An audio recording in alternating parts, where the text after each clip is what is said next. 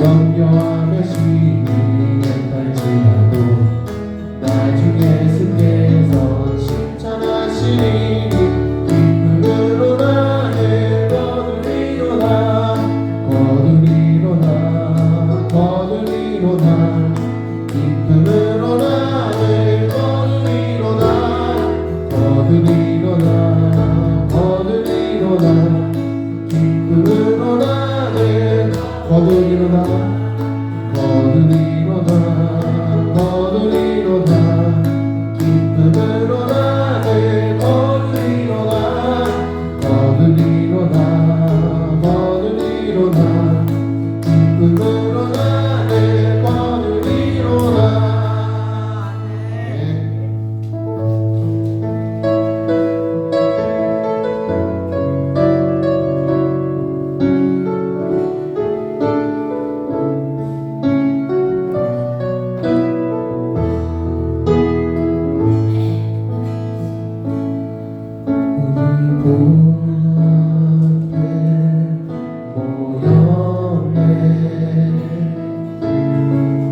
함께 주를 찬양하며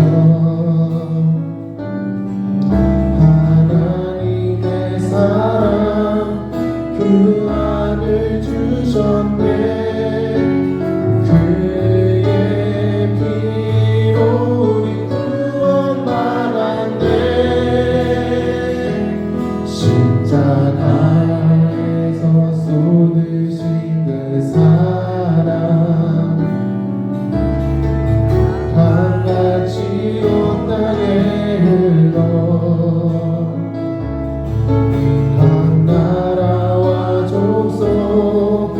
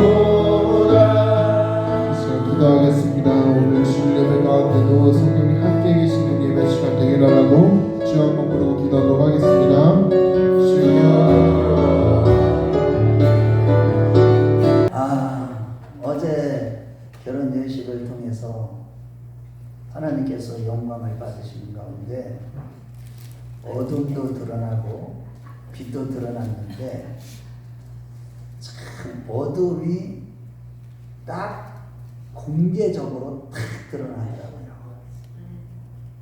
여러분들 느꼈습니까? 어제 예배 가운데 모든 사람이 빛이야. 어제 참석한 사람들은 빛이고 아직 빛을 경험하지 못한 사람도 몇 명이 있었어요.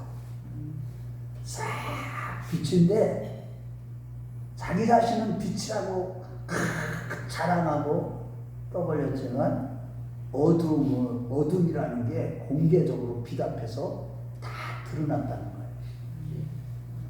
오늘 말씀의 주제는 뭐냐?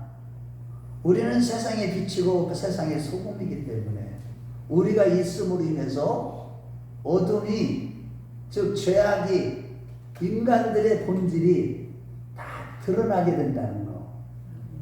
우리가 그런 삶을 살아가는 것이 바로 우리의 신앙생활이라는 것을, 그런 주제로 오늘 말씀을 전할 겁니다.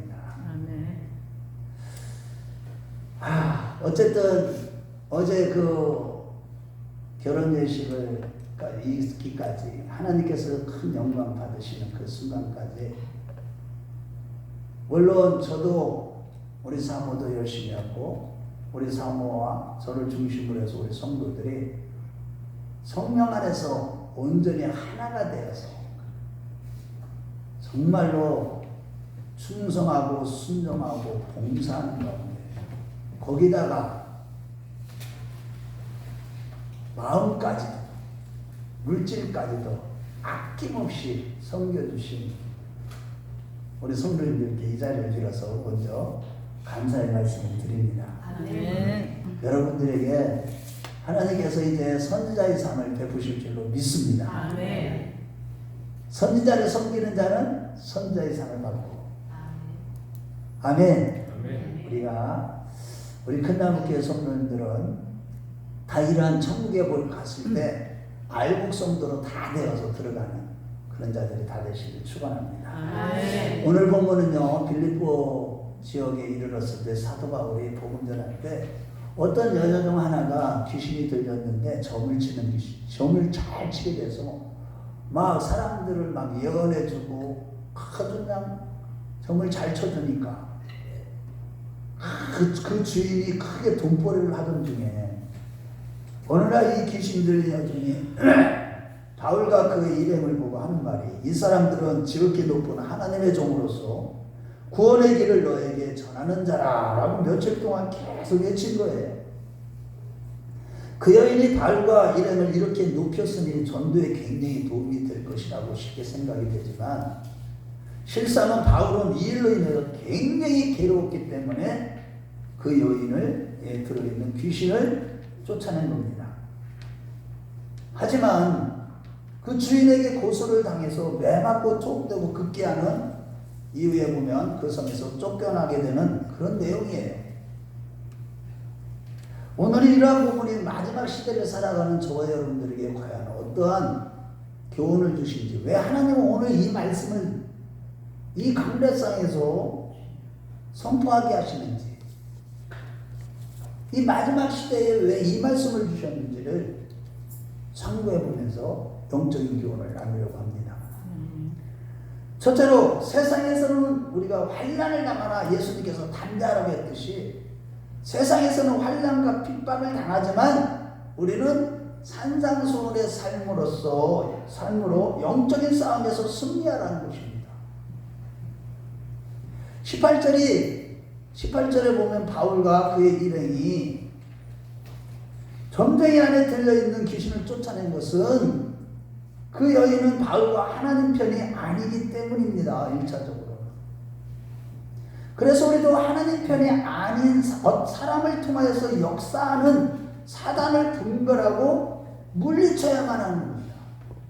하지만 문제는 사단은 너 예수 믿으면 죽어, 이런 식으로 다가오지 않고 언제나 광명한 천사로 가장하기 때문에 사단의 시험과 역사는 얼른 보아서는 쉽게 분간이 되지 않는다는 사실이에요. 그러나 사도 바울은 17절에 지극히 높으신 하나님의 종으로서 구원의 길을 너희에게 전하는 자라는 점쟁이의 말은 분명히 맞는 말이지만 이 말을 근거로 해서 귀신도 발언권을 얻어내려고 한 것을 간파한 것입니다. 그 말을 하면 사람들이 인정을 해주고 그 귀신이 점쟁이가 말하는 발언권을 허락을 해주기는 그런 것을 하려고 지금 이런 소리를 한다는 것을 간파했어요. 바울사가. 저 바울이 하는 일을 방해하기 위해서 처음에는 그에게 동조하고 그의 편인 것처럼 얘기하다가 지위를 획득하게 되면 사단의 본색을 드러내게 될 것을 미리 알았기 때문에 단호하게 귀신을 쫓아낸 것이죠.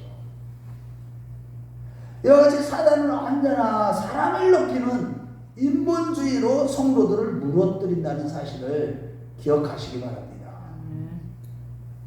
사람을 높여요. 사단은 항상 사단을 높이는 방법으로 우리 성도들의 믿음을 무너뜨리고 사람을 높이는 방법으로 교회를 무너뜨린다는 겁니다.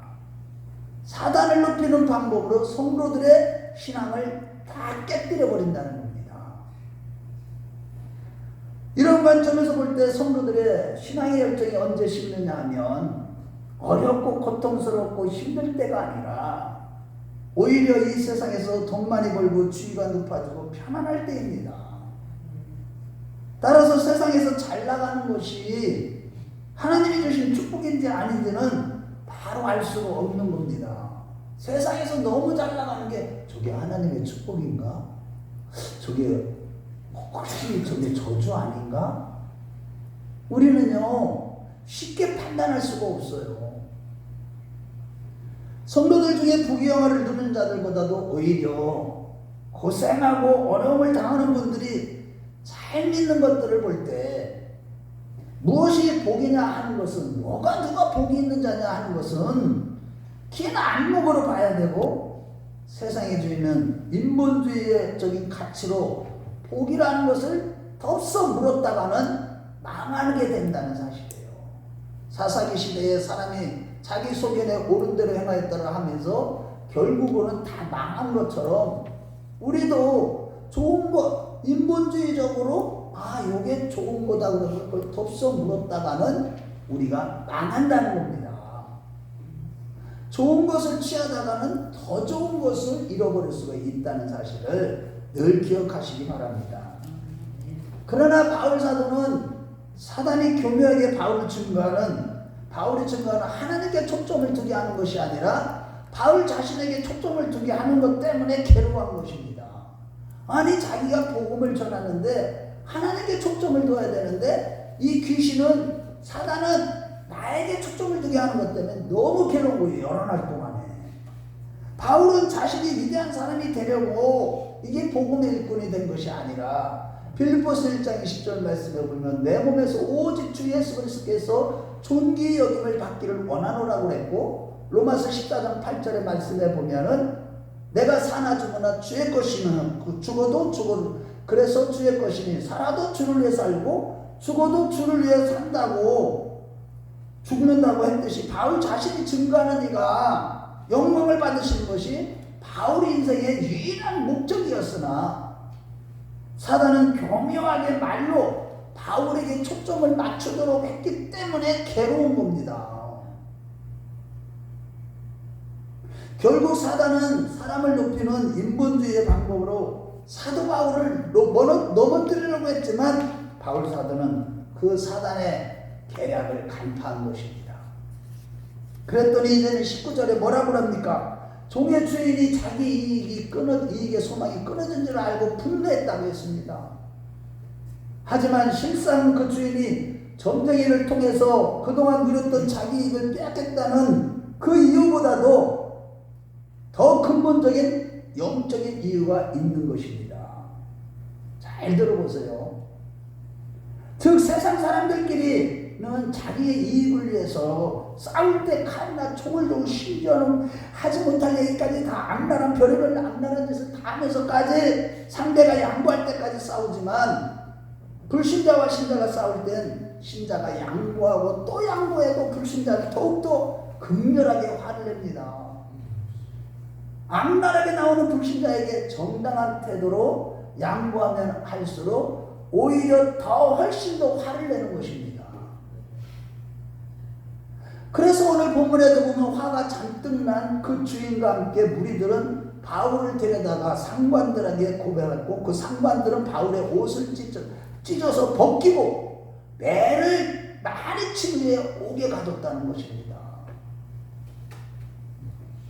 당시의 채찍으로 옷을 벗기고 때리는 형벌은요 굉장히 심각한 형벌이고 그것은 아주 중죄인을 다스리는 방법인데다가 24절을 보면 옥에 가두고 족쇄까지 채우며 완전히 흉악범처럼 바울을 대적한 것입니다. 대적한 거예요. 이때만이 바울이 하늘의 방식이 아니라 육신적이며 세상적인 방법으로 그녀를 몰래 빼앗아 갔다거나 돈을 주고 사왔다면 이렇게까지 주인이 화를 내지 않았을 것입니다. 그러나 여종의 주인이 화를 낸 가장 크고 본질적인 이유는 다른 데 있습니다. 바울이 자기 이익이나 자신이 유명해지는 것이 아닌 그것을 사양하면서 그 귀신을 쫓아내는 가운데 이 싸움을 걸어왔기 때문입니다. 점쟁이 주인은 자기의 정당함을 위해서 자기를 지키기 위해서 바울을 쳤으나 바울은 이러한 세상적인 이해관계로 싸운 것이 아닙니다. 바울은 그리스도가 아니라 자신을 높이는 사단을 물리치는 싸움을 걸어왔기 때문에 동시에 그 여종의 주인의 이익을 얻는 방법이 얼마나 귀신을 통해서 돈을 버는 방법이 죄악인 것인지를 폭로하는 영적인 싸움을 싸웠기 때문에 이토록 그 주인이 화를 낸 겁니다. 믿어지십니까? 그렇습니다, 여러분.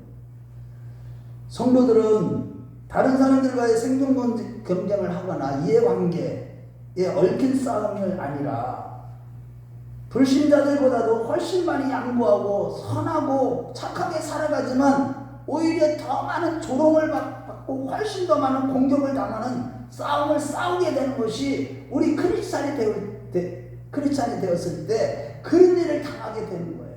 다른 사람들에게 양보하고 더 선하게 했는데도 우리는 어떻게 조롱당하고 오히려 더 무시당하고 멸시당하고 우리를 미움당하고 이런 싸움을 싸우게 된다니까요. 그래서 참성도는 내가 손해보고 양보하고 선하게 대하는데도 오히려 미움을 받고 억울한 일을 당하는 거예요. 진짜 성도는요, 이 세상에서 미움을 받고 억울한 일을 당하는 거예요. 잘해주는데 더 난리치며 속된 말로 지랄합니다. 그렇다면 왜 그러는 걸까요? 아니 잘해주는데 더 지랄을 한다니까. 그것은 바로 성도들이 불신자들을 무언 중에 정죄하는 그 무엇을 갖고 있기 때문을 믿으시기 바랍니다. 네. 우리가 굳이 가서 싸우지 않아도 저들의 삶의 모습과 삶의 원리들을 정죄하는 어떤 것이 우리에게 있기 때문에, 즉 우리에게 빛이 있기 때문에, 죄를 드러나는 빛이 우리 안에 있기 때문에 우리를 미워하는 거예요. 그들이 정직하지 못하고 하나님 앞에 죄가 된다는 것을 우리가 굳이 말로 하지 않아도 그들을 정죄하는 것이 있기 때문에 세상은 우리를 그토록 미워하고 지랄을 떠는 겁니다. 우리로 자기들과 같은 행위를 하도록 즉 공범으로 만들려고 하는 그런 원리예요. 같은 원리예요. 즉 같이 음란한 짓을 하고 같이 남을 비방하고 같이 높아지자고 유인하고 미혹하지만 거기에 동조하거나 타협하지 않으니까 우리를 미워하는 겁니다. 훨씬 더 양보하는데도 그토록 화를 내는 이유가 여기에 있는 겁니다. 크리스찬들은 보세요. 우리 보세요. 우리 대한민국에 보면 일반 사람들한테 불신자들한테 물어보세요. 우리 종교단체 중에서 어느 단체가 제일 선한 일을 많이 합니까? 가톨릭, 불교, 원불교 이런 데로 막 얘기해. 기독교는 몇 번째 뒤에. 그런데 실질적인 조사로서 선한 일을 70%에서 80%가 기독교인들이 합니다. 아멘. 그런데도 기독교는 욕만 얻어먹어요. 그래서 우리는 이 같은 영적인 싸움에서 절대로 지지 않아야 하는데, 이 각박한 세상이 일상적 가운데 영적으로 싸우는 일이 한두 가지가 아닙니다. 영적인 투쟁이 없이 우리는요, 우리의 건강과 윤리와 도덕과 거룩성을 지킬 수가 없는 것입니다. 영적인 투쟁을 해야만 되는 겁니다. 세상이 이런 세상에서 우리가 살기 때문에 이러한 영적인 싸움을 싸워야만 영적으로 죽지 않고 살 수가 있는 것입니다. 영적인 싸움을 싸우지 않으면 우리는요, 영적으로 죽어버리고 자존감이 다 깨어지고 부서지고 비참하게 살아가요. 날마다 이러한 영적인 싸움을 통해서 우리는 성령 안에서 점점 더 강해지고 온전해지고 견고한 믿음과 내면의 담대함과 용기와 거룩한 품성이 있어야만 되는 것입니다. 영적인 싸움을 싸우면서 내 안에 거룩한 품성으로 가득 채워져야만 하는 것이 우리의 영적인 싸움의 목적인 것입니다. 우리 모두 그러한 자들 되시길 주의 이름으로 축원합니다. 영적인 싸움을 싸워야만 우리는요, 온전한 믿음으로 자라날 수가 있는 거예요. 이 세상에서는 환난을 당하나 담대하라. 내가 세상을 이겨내라 하신 말씀이 바로 그래서 하신 말씀이에요. 한편 여기서 중요한 것은 그 싸움의 방식이에요. 우리는 말씀을 의지하는 하늘의 방식대로, 주님의 방식대로만 싸워야만 합니다. 곧 지는 싸움을 싸워야 하고, 바보 취급을 받는, 미움을 받는 싸움을 싸워야만 하는 겁니다. 미움을 받아야 돼, 세상으로부터. 그것이 정상적인 신앙생활이에요. 실로 세상을 우리가 조금만 머리숙해 보이면요, 우리를 바보로 만들어요, 세상은. 그렇다고 내가 예수 믿는다고 누구를 바보로 하냐? 라고 화를 내면 내는 순간에 우리는 싸움은 영적으로 패배한 겁니다. 화를 내면 상대방은 더 이상 우리를 못살게 굴지는 않겠지만 우리가 해야 되는 가장 중요한 책임을 놓치게 되는 것입니다. 굳이 이기려고 막 싸우는 거는요, 영적인 사람이 아니에요. 세상이 내가 바르게 하는데도, 자기를 더 사랑해주고 더 잘해주고 친절하게 하는데도 나를 비방하고 욕하고 할 때 기뻐하고 즐거워야만 하는 겁니다. 이러한 맥락에서 요한복음 15장 18절에 보면, 15장 18절에 19절에 보면, 주님께 택함 받은 우리는 세상에서 미움의 대상으로 받는 것이 정상이라고 주님이 그런 비유적으로 말씀하신 반면에, 만일 세상에서 미움의 대상이 되지 않는다면 택함 받은 자로서의 증거를 유기하고 있는 것과 같은 것입니다. 세상으로부터 미움을 받는 우리 큰나무교회 식구들 되시길 주의 이름으로 축원합니다. 그래서 바울 사도는요, 디모데후서 3장 12절 14절 말씀에 무릇 경건하게 살고자 하는 자는 핍박을 받으리라고 하면서, 또한 우리의 싸움은 속이거나 속는 싸움이 아니라 세상 사람처럼 우리가 하나님께 배우고 확신한 일, 즉 내가 지고 또 내가 손해보는 산산수훈의 삶을 위한 싸움이라고 하신 것입니다. 내가 지는 싸움을 싸워야 되는 거예요. 한마디로 하나님을 두려워하며 살고 정직하게 성실하게 살고 악을 악으로 갚지 않고 선으로 악을 이기는 방법으로 살고, 오른뺨을 맞으면 왼뺨을 대는 사람이 되는 싸움이요, 속을 짓을 달라면 겉옷까지 내어주고 억지로 오리로 가자면 심리를 가는 사람이 되는 싸움이지만, 그렇다고 해서 대접받지도 못하는 그런 싸움을 싸워야만 하는 거예요. 천국 갈 때까지. 우리가 아무리 선하게 살아도 세상은 저 사람은 천사야 라고 하지 않고, 오히려 그런 사람이 하나 있음으로 인해서 나머지가 전부 정죄를 당하기 때문에 우리를 몰아내려고 하는 것이 세상입니다.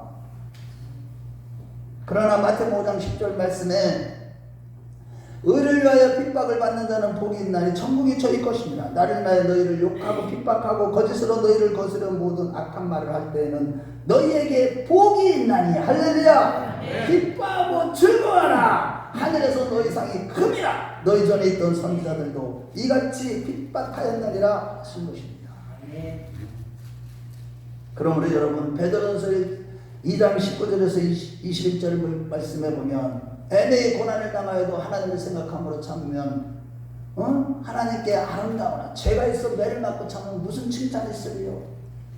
그래서 하나님께 이를 위하여 너희가 부르심을 받았으니 그리스도 너희를 위하여 고난을 받아 너희에게 본을 끼쳐 그 자체를 따라오게 하셨느라고 했듯이 바라기는 아무리 여러분들이 이 세상에 살아가는 동안에 억울한 일을 당해도 참고 인내하면서 주님의 발자취를 따라 그들을 사랑하고 용서하고 미워하지 않는 산상수훈의 삶으로 날마다 순간순간마다 세상을 능히 이기고 하나님 앞에서 아름다운 즉 신의 성품을 간직하고 굳센 믿음을 간직하고 우리 큰나무교회 식구들이 되었으면 좋겠습니다. 아멘. 둘째로 환난과 핍박 중에도 예수님처럼 살고 예수님처럼 죽으려고 예수를 믿는 자로서 항상 환난과 핍박을 끝까지 인내하고 이러한 환난과 핍박을 주신 것에 대해서 감사하는 겁니다. 정말 쉽지 않은 설교를 하는 거예요. 제가 오늘 저기 우리 사모님이 그러시더라고. 어제 제가 설교 준비하는데 이게 안 돼가지고 너무 힘들어하니까 목사님 옆에서 보니까 안타까운가 봐. 저는요 씨름을 하거든요. 설교 준비하네. 또 말을 또 고치고 또 어떻게 막 진짜 영적인 말을 할까. 세상 말이 안 섞여. 막 고민하면서 전하거든. 준비하고. 그러니까 우리 사모가 뭐라 그래요? 목사님 그냥 사랑 설교해. 사랑 설교. 그 사랑 설교하고 교회를 사랑이 넘치는 교회. 와 그럼 얼마나 은혜가 돼.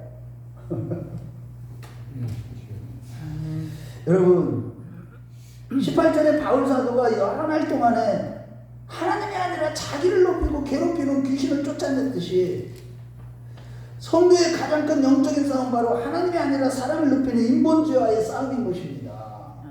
마지막 때는요 신본주의와 인본주의의 싸움이에요. 지금 마지막 때에 살아가고 있는 우리는 과연 인본주의로 다가오는 이 세상, 인본주의로 다가오는 모든 이 것들과 우리가 어떻게 신본주의로 싸워야 하는 그런 싸움을 싸워야 되는 거예요. 지금 마태복음 5장 31절 13절과 14절에 보면 너희는 세상의 빛이요 소금이라고 했는데 빛의 사명은 모든 사실을 드러내는 겁니다. 우리가 있음으로 인본주의 방식으로 살아가는 이 세상 사람들이 얼마나 악하고 무지하며 하나님을 떠나 있으며 죄악을 먹고 마시고 있음을 드러나도록 하는 영적인 싸움을 싸우게 되는 것입니다. 세상의 빛으로서 더러움과 악함 속에 있는 사람들이 정죄감을 느끼고 자기들의 삶이 옳지 않다는 것을 느끼도록 만드는 그런 싸움을 싸우는 것이 우리의 영적인 싸움인 것입니다. 그렇다고 그들이 그것을 느꼈을 때 와서 항복하고 회개했으면 좋겠지만 그렇지 않고 바울에게 대한 것처럼 오히려 우리를 미워하고 모자내려고 하는 것은 그들은 우리와 근본이 다른 마귀에게 속하여 어둠의 일을 하는 자들이기 때문에 그렇습니다. 세상 사람들 보세요. 아무리 선하게 하는 것도 다 자기 일을 드러내도록 하는 마귀에게 붙들려서 평생 마귀에게 종로로 타다가 지옥 가는 겁니다. 착한 일 많이 하고 선한 일 많이 하고 세상에 다른 종교에 보면은 특히 가톨릭 쪽이 그런 쪽이 강한데 선을 굉장히 행위 구원을 굉장히 강조하죠. 그런데 성경은 전혀 그런 사람들을 갖다 독사의 새끼들이라고 예수님이 책망하고 있습니다. 이같이 인간을 높이 대접하는 세상의 모든 종교는 인본주의로서 인간의 가치와 가능성을 인정하고 도를 깨웠죠. 신의 자리까지 가자는 것이요. 사단은 언제나 이것을 가지고 우리에게 나오는 것입니다. 이에 반해 우리 기독교는 성경 말씀대로 모든 인간은 피조물로서 창조 하나님의 은혜와 하나님의 허락하심을 떠나서는 홀로 존재할 수 없고 하나님을 떠난 있는 것 자체가 죄악임을 고발합니다. 모든 인간을 죄인이라고 말하고 인간의 가능성을 인정하지 않고 죄 짓는 가능성에 대해서만 인정합니다. 인간의 선은 로마서 3장 10절 말씀대로 인간에게는 선한 것이 전혀 없다고 믿고 인간은 하나님을 반역하고 있으며 하나님으로부터 떠나 있는 것 자체가 떠나서 자기를 자랑 삼는 것 자체가 죄악임을 고발합니다. 그러니 세상 어느 곳에 가서는 대접을 받지 못하는 거예요. 사람을 인정하지 않거든요. 사람의 가능성을 인정하지 않아요. 우리 기독교는 사람의 가능성이라는 건 죄 짓는 가능성밖에 얘기 안 해요. 선한 것이 전혀 없다고 얘기해요. 모든 사람은 다 죄인이야. 너희들은 죽어 마땅한 죄인이야. 다 지옥불에 들어가는 지옥의 불쏘시개야. 이런 식으로 얘기하는 게 기독교예요. 그러니까 세상 어느 곳에서나 언제나 대접을 받지 못하는 것이죠. 그렇습니다. 세상 사람들은 언제나 인간이 잘한 것에 대해서는 박수를 칩니다. 누가 어떤 산을 정복했다. 누가 AI를 개발했는데 그것이 이렇게 우리를 편리하게 만든다. 등등의 일에는 모두 다 박수를 보내는 것은 인간의 가능성과 인간의 지위를 높이고 늘려놓는 작업이기 때문이고 인간의 존재 가치를 상승시켜주는 효과가 있기 때문에 모든 인류의 이름으로 박수를 치며 반응합니다. 하지만 누가복음 6장 22절에서 26절 말씀대로 예수 믿는 사람들은 세상에서 아무리 선하고 영혼을 살리고 구제하는 일 등 아름다운 일을 해도 선지자 때부터 지금까지 절대 박수를 보내거나 잘한다고 칭찬이 아니라 오히려 미워한다고 예수님이 말씀합니다. 즉 세상은 언제나 하나님이 아니라 인간 중심의 인본주의로서 인간을 잘 대접하지만 만일 그렇지 않으면 미워하고 몰아내고 싫어하고 심지어 죽이기까지 하는 것이 이 세상이에요. 인본주의 세상. 예를 들자면 구약성의 열왕기서와 선지자들의 말씀을 볼 때도 이스라엘 왕들은 자기 마음대로 하고 싶은데 그것이 하나님의 뜻과 맞지 않을 때는 선지자가 와서 꾸중을 하는 것이 성경의 말씀이에요.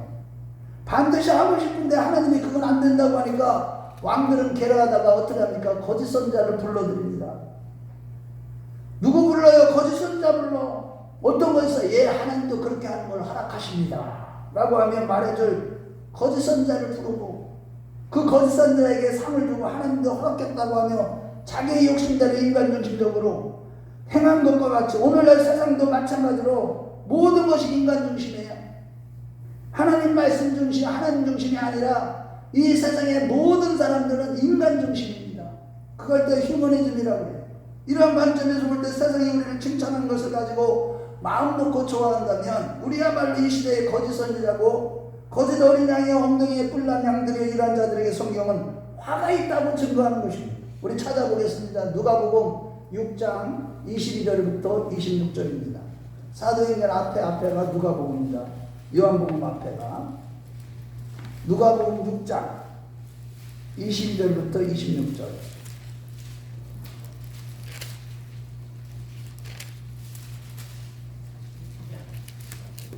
자, 세상이 우리를 미워하는 거 우리가 하나님께 속해 있기 때문에 그런 거예요. 저희 한번 읽어봐요.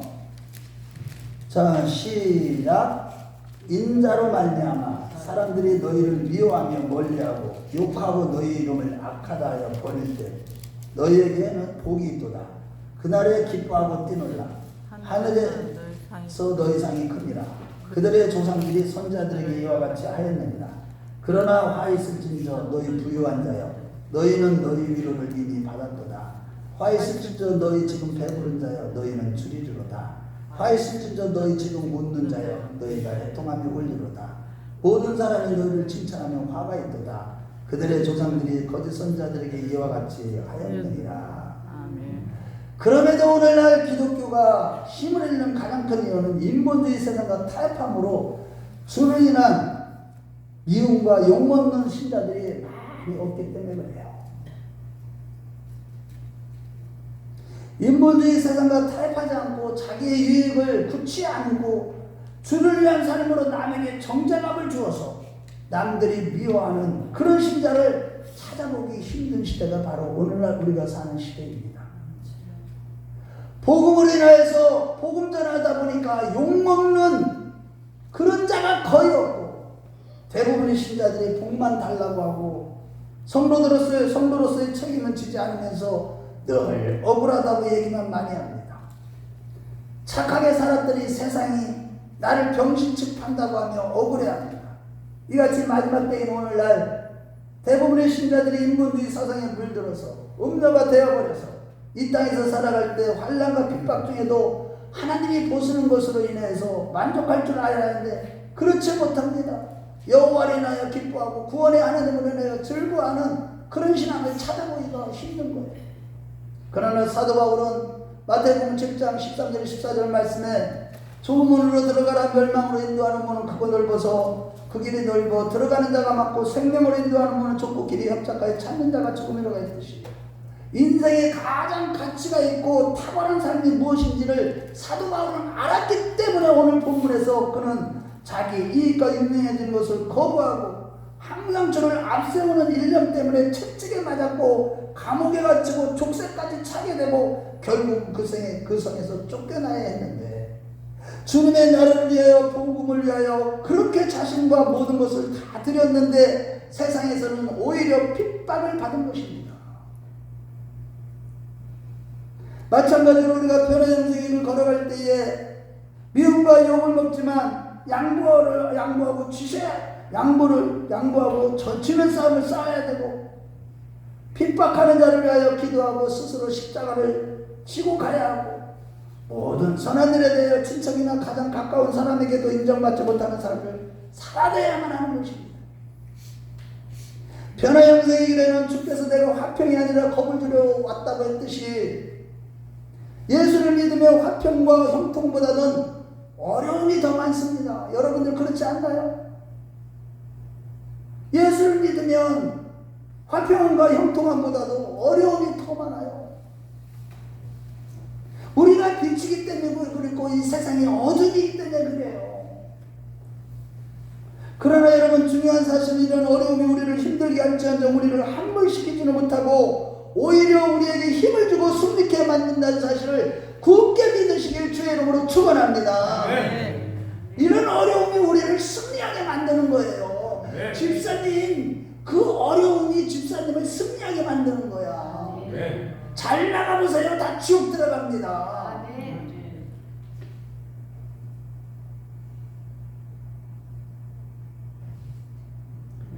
주님께서 이 땅에 오셨을 때 주님께서 떡을 얻어먹고 병고침을 받은 많은 사람들이 귀신들 쫓아내주시고 그렇게 많은 사람들이 있었으나 주님이 십자가에 못 박히실 때 누가 주를 위해서 목숨을 바치며 주님 편을 든 자가 있었나요? 하나도 없었습니다. 제자들도 다 떠나가고 그 누구도 아무도 주님 편을 들지 않았고 오히려 예수님을 은혜 받았던 충격과 정죄받는 것 때문에 모든 사람들이 일심동체가 되어 예수님을 십자가에 못 박은 것입니다. 그렇지만 주님은 그 십자가의 길을 사용하지 않으셨고 자기를 찌르고 채찍질한 모든 사람을 구원하시는 방법으로 기꺼이 그들 속에 들어오사 조롱과 모든 어려움을 다 당하시고 죽으시고 부활하사 오순절날 성령으로 다시 교회에 찾아오셔서 제자들을 세상에 보내셨듯이 똑같은 방법으로 주님은 지금 우리에게 뭐를 명령하시냐? 세상에 보내시는 거예요. 빛의 사자로. 그렇지만 저들이 우리를 만나서 그 양심의 찔림을 당하여 즉시 무릎 꿇고 나를 그에 드시오라고 할 것으로 생각하지는 마셔야만 합니다. 우리가 빛된 삶을 살아가도 저들이 그들의 찔림을 당하여도 그 빛 때문에 자신들의 더러운 것들이 다 드러났을 때 나를 살려주세요. 이런 스타일로 나오기보다는 오히려 바울사도가 당한 것처럼 우리가 비추는 빛을 끄고 저들의 죄를 지적하는 우리의 음성을 막기 위해서 자기 길을 막을 뿐만 아니라 우리 입을 봉하기 위하여 달려가서 온갖 악한 짓을 다 할 것입니다.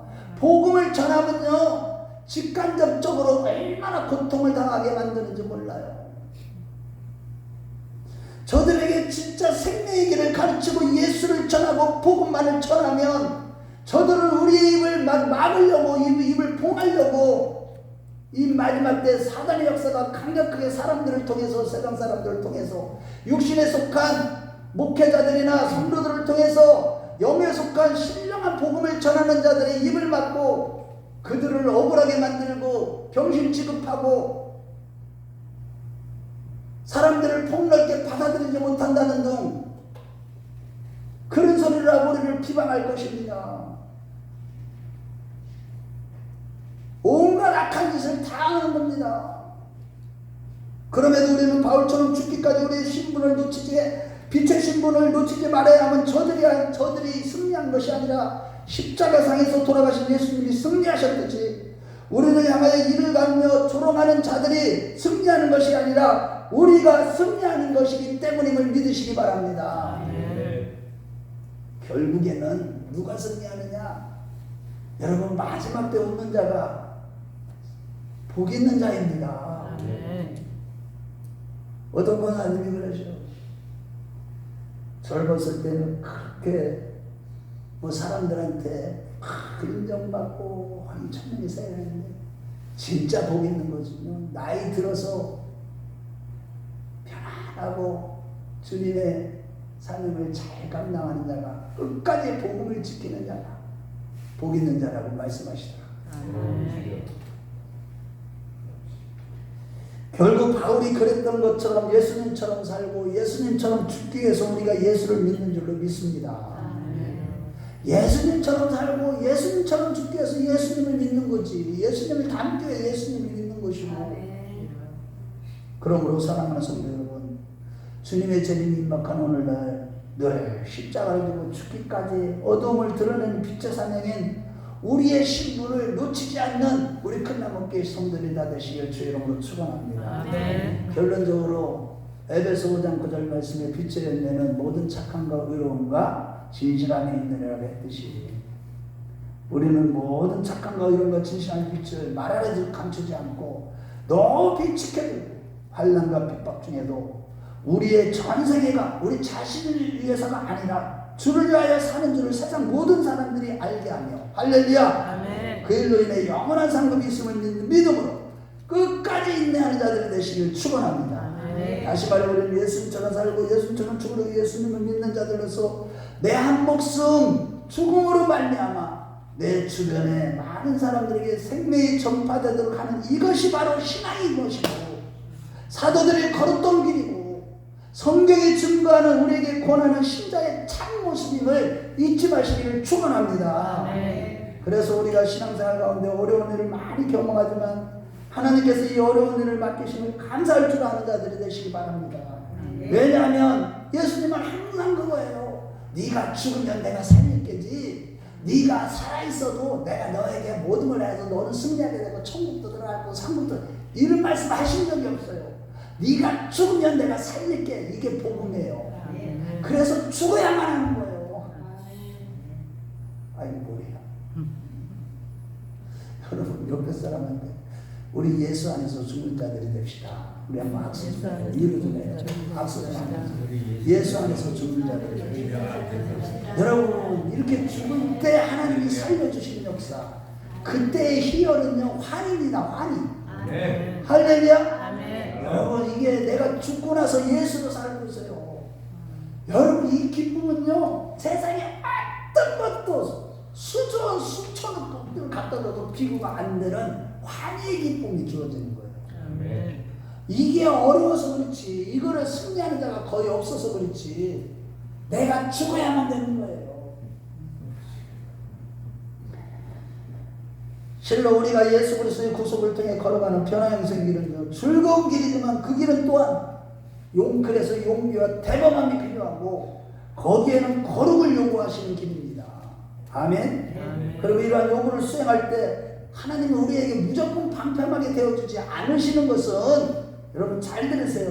하나님의 목적이 우리를 그리스도와 같은 강인한 인물을 만드는 데 있지 응석받이나 버릇없는 약불로 만드는 데 있는 것이 아니기 때문에 굳게 믿고 아무리 어려워도 왜 하나님이 나에게는 이런 고통을 주실까? 저도요 수도 없이 기도했어요. 그런데 그게 바로 나를 강한 자로 만들어 가시고 정말로 진짜 믿음 있는 자로 만드시기 위해서 할렐루야. 그렇게 하는 것을 믿고 담대한 자들이 됩시다. 한마디로 우리의 삶의 현실에서 예수님의 제자로서 가장 가치 있고 탁월한 삶을 위해서는 바울과 같은 엄청난 훈련이 요구되는 것임을 믿으시고 끝까지 환난과 핍박 중에서 인내하는 자들이 되시기 바랍니다. 특히 마지막 때는 오늘날은 아무리 세상이 우리를 미워하고 그것이 다 보여요. 이제는 지금 다 일어나고 있어요. 지금 보세요. 세상이요 결국은 이 정치, 경제, 사회, 문화가 모든 것 시스템 자체가 결국은 기독교를 깨뜨리고 이 교회를 깨뜨리고 하나님을 깨뜨리기 위한 모든 적그리스의 세상을 만들어오는 과정이 있는 것입니다. 그들이 우리를 미워하고 핍박해도 그들을 위하여 기도하며 손으로 악을 기는 가장 가치 있고 탁월한 삶을 향하여 인내하며 끊임없이 노력하는 우리 모두가 되십시다. 항상 좁은 길 좁은 문으로 향하여 하나님의 구원의 기초에서 순종하면서 걸어가면 과연 나의 신앙이 이러한 신앙인지 항상 점검하고 그 길을 가까이 걸어가기로 결단하는 자들이 됩시다. 이제 곧 주님이 오셔서 이러한 여러분들을 영접하여 주실 것이고 눈물을 닦아주시고 위로해 주실 것입니다. 반드시 하나님은 좁고 험난한 길을 걸어가는 저와 여러분들에게 놀라운 하늘의 기쁨과 보화들로 채워주실 것입니다. 우리 모두 그러한 자들 다 되시길 주의 이름으로 축원합니다. 주의 이름으로 축원합니다. 기도하겠습니다.